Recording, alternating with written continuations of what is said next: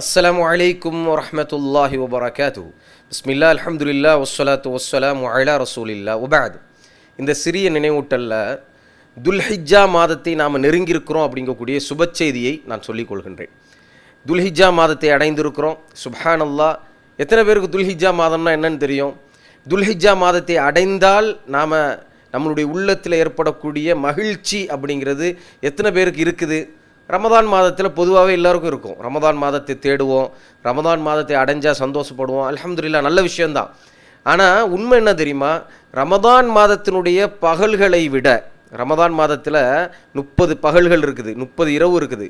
அதிலும் இறுதி 10 நாட்கள் அப்படிங்கிறது சிறப்பான நாட்கள் அப்படிங்கிறது நமக்கு தெரியும்.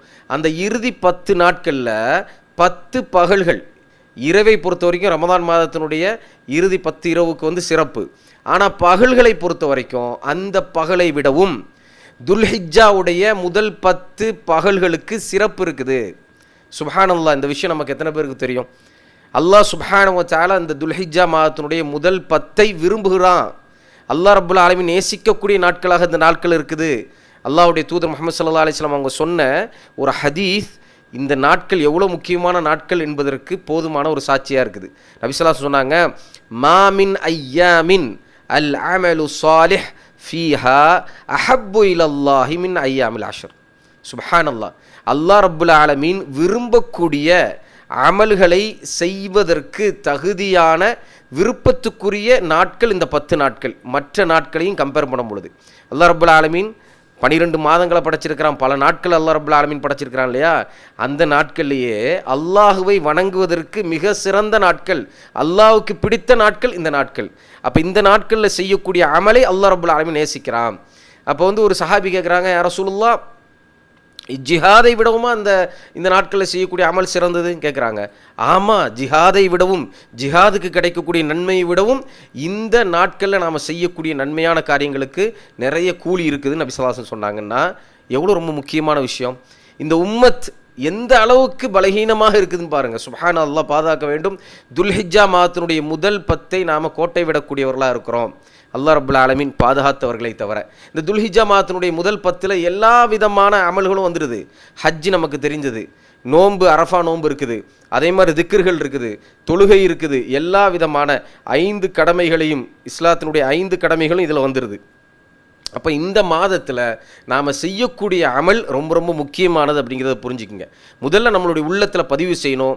நாம் இறுதி 10 நாளை அடைந்தால் ரமதான் மாதத்தில் நாம் எவ்வளோ அமல்கள் செய்வோமோ அது மாதிரியான, அதற்கு ஈக்குவலான எஃபர்ட்டை நாம் இந்த நாட்கள்லையும் நாம் செலுத்த வேண்டுங்கிறது ரொம்ப முக்கியம். குர்ஆன் ஓதுறதுலேருந்து, தொழுகையை சரியாக பேண்டுறதுலேருந்து, திக்ர் துஆக்களில் ஈடுபடுறதுலேருந்து எல்லா அமல்களையும் நாம் இந்த 10 நாட்கள்லையும் செய்யணும். இது நம்ம மேல் உள்ள கடமை. அல்லாஹ் ரப்புல் ஆலமீன் நமக்கு தந்திருக்கக்கூடிய மிகப்பெரும் வாய்ப்பு அப்படிங்கிறத நாம் புரிந்து கொள்ள வேண்டும். நாம் மரணத்தை சுமந்து வாழ்ந்து கொண்டிருக்கிறோம். துல்ஹிஜ்ஜா மாதத்தை அடுத்த வருஷம் அடைவோமா நமக்கு தெரியாது, ரமதான் மாதத்தை அடைவோமா நமக்கு தெரியாது. இருக்கும் பொழுது நாம் அல்லாஹ் சுப்ஹானஹு வ தஆலாவுக்காக நம்மளுடைய காரியங்களை நாம் நல்ல அமல்களை செய்துவிட்டு போகணும். மரணிக்கும் பொழுது நம்மளோட பணமோ நம்மளுடைய குடும்பமோ எதுவும் நம்மளோட வரப்போகிறதில்லை, நம்மளுடைய அமல்களை தவிர. ஆகவே அன்பானவர்களை, இந்த துல்ஹிஜ்ஜா மாதத்தை சரியாக பயன்படுத்தணும். சரி, துல்ஹிஜ்ஜா மாதத்தில் என்னென்ன நன்மையான காரியங்களை செய்யலாம் அப்படின்னா, முதலாவது அடிப்படையானது ரசூலுல்லாஹி ஸல்லல்லாஹு அலைஹி வஸல்லம் சொன்னாங்க, திக்ர் செய்வது. திக்ரில் தஹ்மீத் செய்கிறது, அல்லாஹ் சுப்ஹானஹு வ தஆலாவை புகழ்வது, அல்ஹம்துலில்லாஹ்னு சொல்கிறது. அதே போல் தஹ்லீல் செய்கிறது, அல்லாஹ் ரப்புல் ஆலமீனை யானி லா இலாஹ இல்லல்லாஹ் சொல்கிறது, அதே மாதிரி அல்ஹம்துலில்லாஹ் சொல்கிறது, சுப்ஹானல்லாஹ் சொல்கிறது, அல்லாஹு அக்பர் சொல்கிறது.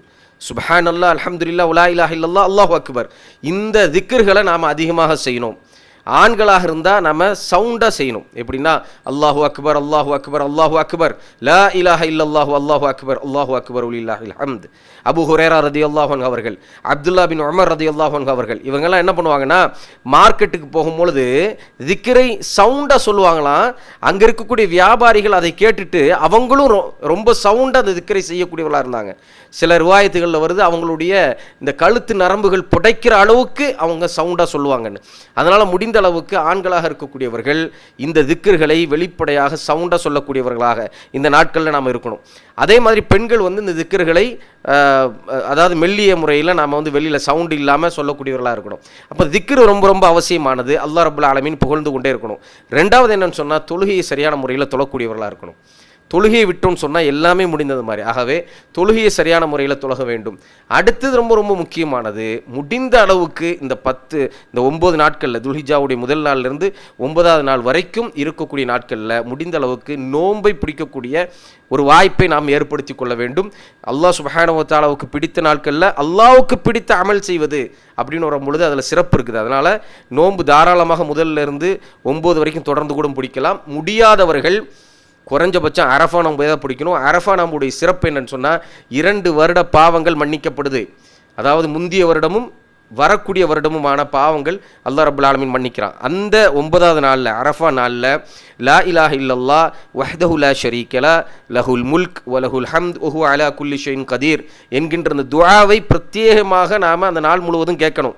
ரசூலுல்லாஹி ஸல்லல்லாஹு அலைஹி வஸல்லம் சொன்னாங்க, இந்த நாளில் அல்லாஹ் ரப்புல் ஆலமீன் சிறப்பாக்கிய, அதாவது அல்லாஹ் சுப்ஹானஹு வ தஆலாவுடைய பார்வையில் சிறந்த துவாவான இந்த துவாவை கேளுங்க. இந்த துவாவை தான் நபிமார்கள் அனைவருமே கேட்டிருக்கிறாங்கன்னு சொல்கிறாங்க. அப்போ லா இலாஹ இல்லல்லாஹ் வஹ்தஹு லா ஷரீக லஹ் லஹுல் முல்க் வ லஹுல் ஹம்து வ ஹுவ அலா குல்லி ஷைஇன் கதீர்.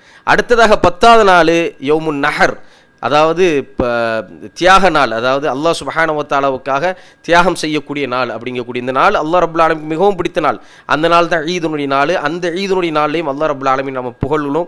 ஈதில் செய்யக்கூடிய விஷயங்கள் எல்லாம் நமக்கு தெரிஞ்சது தான். ஈதில் நாம் அதாவது செலிப்ரேஷன் அப்படிங்கிறதே அல்லாஹ் ரப்புல் ஆலமீனை வணங்கி தொழுது அல்லாஹ் சுப்ஹானஹு வ தஆலாவிடம் நம்ம திக்ர் செய்து அல்லாஹ் ஹலாலாக்கிய உணவுகளை உண்டு நம்மளுடைய குடும்பத்தோடும் உற்றார் உறவினரோடும் சந்தோஷமாக இருக்கக்கூடிய ஒரு நாள். அப்போ சுப்ஹானல்லாஹ், இந்த 10 நாட்களுமே சிறந்த நாட்கள்ங்கிறத நாம் நம்மளுடைய உள்ளத்தில் பதிவு செஞ்சு தொடர்ந்தும் அல்லாஹ் சுப்ஹானஹு வ தஆலாவை வணங்கக்கூடியவர்களாக நாம் இருக்கணும். இப்ராஹிம் அலைஹிஸ்ஸலாத்து வஸ்ஸலாம் அவர்களை நாம் நினைவு கூர்றோம். அதனால தான் நம்ம குர்பானி கொடுக்குறோம். அந்த குர்பானி கொடுக்கறது இப்ராஹிம் அலைஹிஸ்ஸலாம் செய்த அந்த செயலுடைய வெளிப்பாடு தான். அப்போ இப்ராஹிம் அலைஹிஸ்ஸலாம் செய்த செயலுடைய வெளிப்பாடு ஏன் நம்மளை அல்லாஹ் ரப்பல் ஆலமீன் செய்ய சொல்கிறானா, இப்ராஹிம் அலைஹிஸ்ஸலாம் மாதிரி நம்மளுடைய உள்ளத்தில் உறுதியான ஈமான் கொள்ள வேண்டும் என்பதற்காக தான். ஆகவே தயவு செய்து இந்த 10 நாட்களை நாம் வேஸ்ட் ஆக்கிற வேணாம். இந்த 10 நாட்களில் அல்லாஹ் சுப்ஹானஹு வ தஆலாவை நெருங்கக்கூடிய அனைத்து நன்மையான காரியங்களும் செய்வோமாக. வாஹிர் தஅவானா அனில் ஹம்துலில்லாஹி ரப்பில் ஆலமீன்.